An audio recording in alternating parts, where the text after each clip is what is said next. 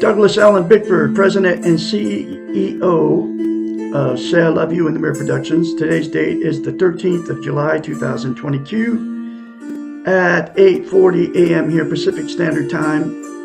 Broadcasting live out of my 105-year-old home here in my hometown, Klamath Falls, Oregon, gateway to one of the 7 wonders of the world, which is Crater Lake National Park. How are you all doing out there, my Facebook and my YouTube friends?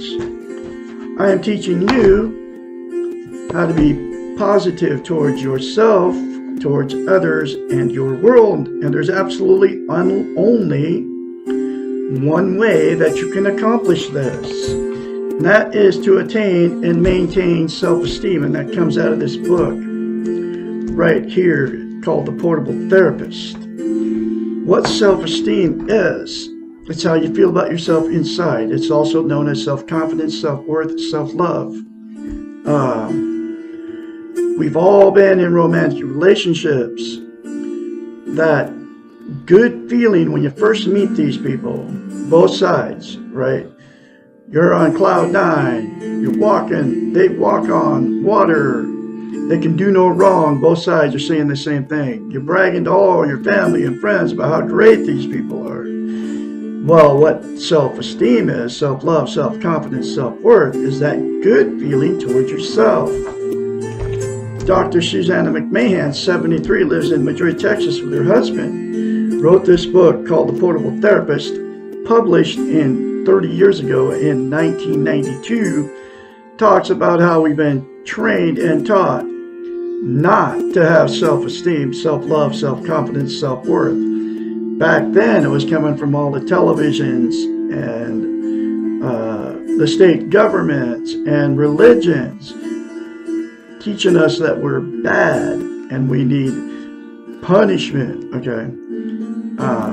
Now it's 1,000 times worse with the social media, even right here where I'm broadcasting on today's date, which is Facebook and YouTube and, Twitter and all that stuff. So that's where I send everything to. But her doctorate's in psychology.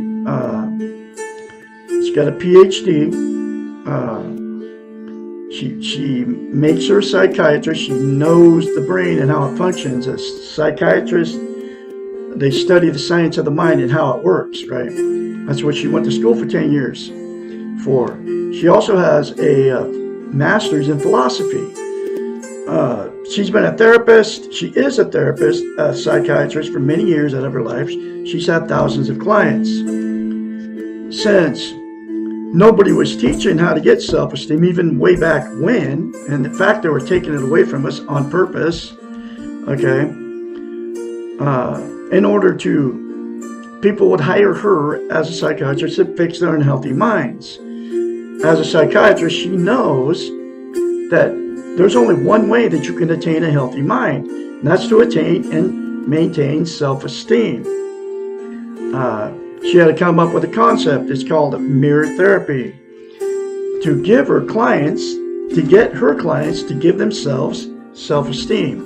Nobody can give you self-esteem except for you, okay? But here's that very simple concept. You look at yourself in the mirror. We're all in front of the mirror daily anyway, shaving as a man and putting makeup on as a woman. You look at yourself in the mirror and say 4 things. I love you. I love my inner child. I'm worthy to be loved. I'm worthy to love. I am full of goodness. It'll take you less than 10 seconds to say those 4 things to yourself in the mirror instead of criticizing yourself. You have to say it daily, literally for the rest of your life, and that's because it's to attain and maintain self-esteem. You have to practice it. It's like lifting weights. If you lift weights and you stop, you have to start over from scratch. Self-esteem is the exact same thing for the brain. So, like I said, you'll have to say those 4 things to yourself in the mirror every day for the rest of your life. It'll take you less than 10 seconds. I love Douglas Allen Bickford. I love my inner child. I'm worthy to be loved, worthy to love. I am full of goodness. It will give you self-esteem instantaneously, but to maintain it, you have to keep saying it to yourself in the mirror. And guess what? Or say it to yourself.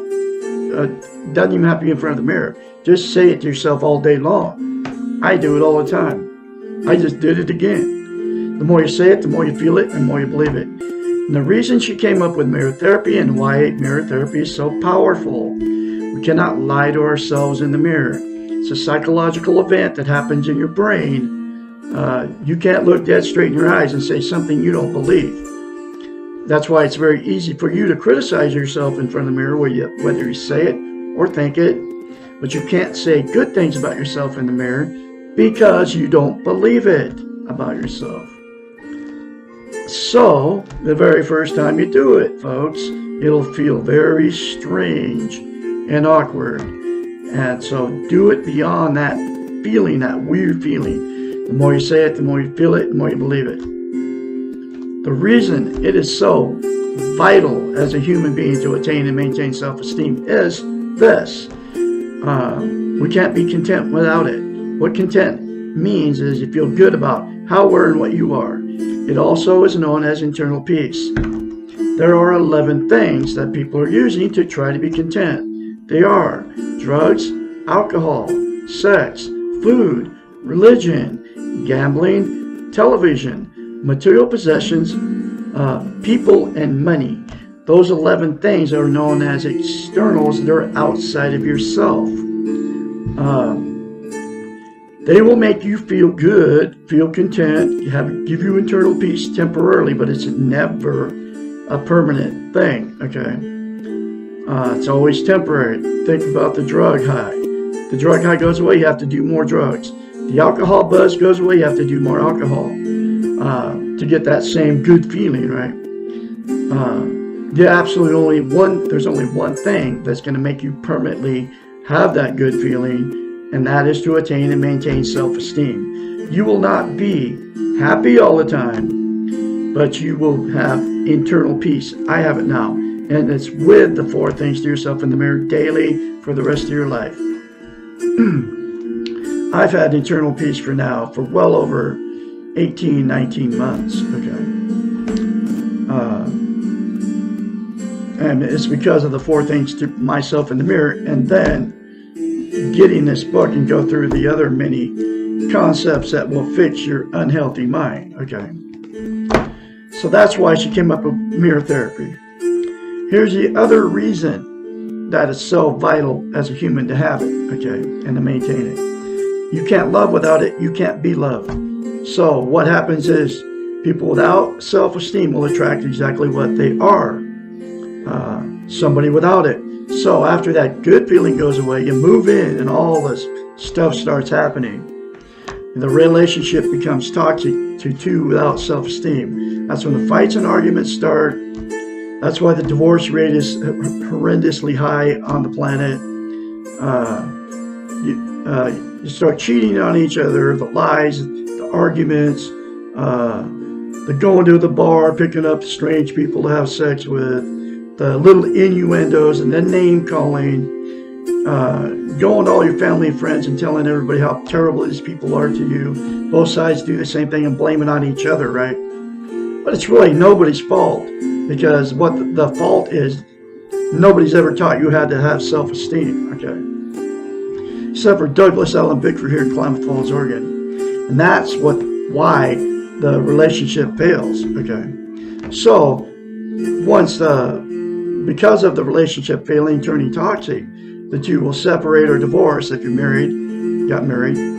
Then the same 2 people will go out and jump right in another relationship with somebody else without self-esteem, and the exact same thing will happen. That's why I've been married 4 times. It's why I've had many failed relationships. It's why you've been married more than once, and it's why you've had many failed relationships. And nobody's ever told you any of this information before. Just like nobody told me about it. Up until 65 years old, after leaving my 4th marriage, because a woman threatened to kill a 3rd cat, and on the 2nd of November 2020. And pushing 21 months now being out of that toxic relationship. It was toxic 2 months going in, but I had no idea what was going on with it. Just like you don't know what's going on and why you've been married more than once. But it's because you didn't have self-esteem, and whoever you got together with didn't have it either. It's why you've been married more than once. It's why you've had many failed relationships. So, the next thing will happen in two that got together without self-esteem is you'll stay in that relationship forever because you don't want to be a failure. You're being codependent on each other. You can't be alone. You don't want to be an embarrassment to all your family, friends, and your church members, and you're afraid to leave. You have nowhere to go.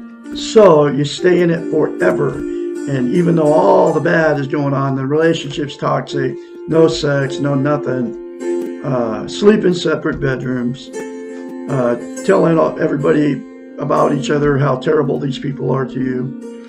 So at that point, all the emotional, sexual, and physical abuse that happens between those two just gets swept under the rug by all the family members. And at that point, it becomes a dysfunctional family. And then more dysfunctional families produce more dysfunctional families down the line. And then everything just keeps all the emotional, physical, sexual abuse of the children that get in toxic relationships.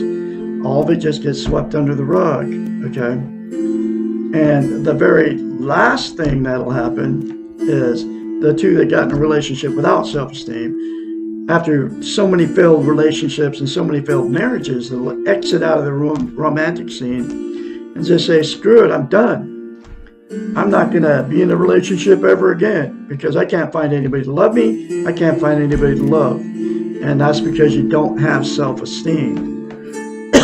So they'll be miserable alone, just like they were miserable in all their relationships, because you cannot have internal peace or be content without self-esteem. So there is a cure for all of those scenarios I just talked about, and that's for all of you out there, all parties, to say 4 things to themselves in the mirror daily for the rest of your life, and then get this book, The Portable Therapist, and do the many other concepts in it. If you're in a toxic relationship, go through it with your partner, and it will fix your unhealthy relationship.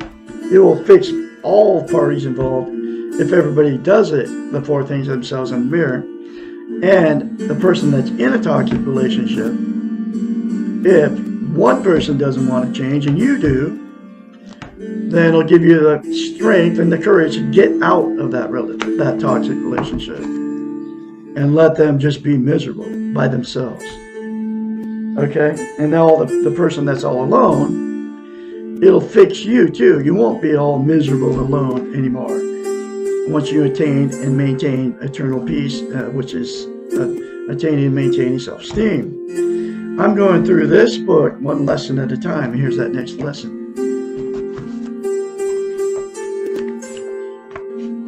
Lesson 54. I am doing so much and nothing's working. What is wrong? This question is often asked by overachievers, obsessive compulsive types, and perfectionists. These people become obsessed with doing and cannot understand why they feel so tired and out of control. When we feel this way, we need to ask, who and what are we doing all this for? Most likely, the answer is for others, for external rewards, for the weak ego. I was married to one of these. My 4th marriage was one of these. Okay. I had no idea what was going on until I read this book. When we feel this way, we need to ask, who and what are we doing all this for? Most likely, the answer is for others, for external rewards, for the weak ego. Doing is the focus of the Western model, and this is what training comes in, that she talks about in every lesson. Doing is not being.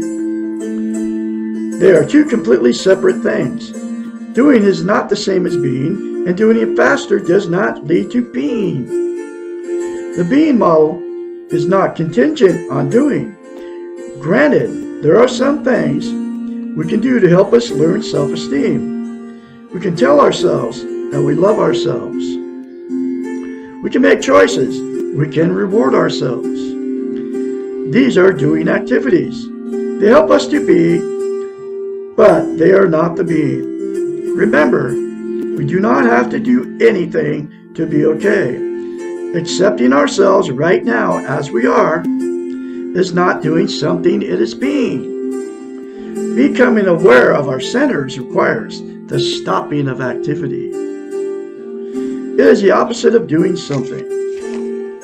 The difference between doing and being can be one of the most difficult concepts to learn. We have been trained, and here's some more of that training that she talks about. We have been trained to do, to focus on activity, to achieve, to be productive. We have learned to value active behaviors and devalue passive ones. We often refer to passive behaviors as lazy or slothful. Activity looks like being in control, being productive, and our work ethic values these behaviors. Unfortunately, we cannot learn self-esteem and how to be by doing activities. We cannot do self-esteem. We must be self-esteem. And those 4 things to yourself in the mirror daily for the rest of your life, folks, will let you be self-esteem. Guaranteed it happened to me. I am being, but I'm also doing. And one of my doing things is teaching you how to love yourself. Okay. By teaching her very important concepts out of this book. The concept of paradox is helpful here. If you want something, you must let it go. Do less to get more. Slow down to develop the fastest outcome. And that is what I'm a piano player, a musician. I've slowed down, and my piano playing is getting better because I slowed down. The problem with doing is that it tends to focus on results. It quickly becomes goal-orientated, which is the Western model again. Doing quickly becomes future-orientated, and that takes you out of the moment and out of yourself. If you're doing too much, working too hard, and always feeling tired, stop. Just stop. Relax and take 3 deep, hard breaths. And slow down. Refocus on yourself. Make yourself your first priority. Sleep more, meditate, do relaxation exercises, sit and be. I've learned how to do this. This is what I do now. Okay, I didn't ever used to do this. I used to be like everybody else out there. My 4th marriage, man, for 3.5 years, all I did was work for her to get external rewards from her family, you know. I mean, we never did nothing except for work for 3.5 years. And that was one of the reasons I left her on the 2nd of November 2020. Make yourself your first priority. Sleep more, meditate, do exercise it, and sit and be. The world will really not collapse if you take more time for yourself. You may have to reset your priorities. You may have to settle for less money and more balance in your life. You may have to give up some external rewards. It is your life, your choice. If you're racing through life too tired to enjoy anything, what are you really giving up? Another interesting paradox is that we can achieve more when we are calmer. We feel more in control of ourselves when we are rested, and life is more fun when we live in the moment. Being does not mean that we do not do anything. It does not mean that we have to retire to the nearest cave or mountaintop. Being means that we choose to do what we do, and we do it well. It means that we take care of ourselves. We take mental health time to rest and recoup our energies, and that we spend our energy on satisfying our own needs. This produces more energy that we can choose to expend on others. We do both things we want to do, and we do not want and we do not want to do, and we know why we are doing them. Being means that we do not feel trapped. that life is not a rat race, and that we can always find the time to fill our own needs. Wow, there's another very powerful lesson for you folks. I'm going to have another one for you tomorrow, which will be What Am I Missing? Lesson 55. And I can be your mentor when you start going through this change, and you will change if you start saying 4 things to yourself in the mirror daily without fail. Call me anytime, day or night, 458-232-5238. I'll have another lesson for you tomorrow. Y'all have a great Wednesday out there. I'm going to go out and mow my yard and weed eat it. And clean up my yard. Here in the Mills edition. Have a great day.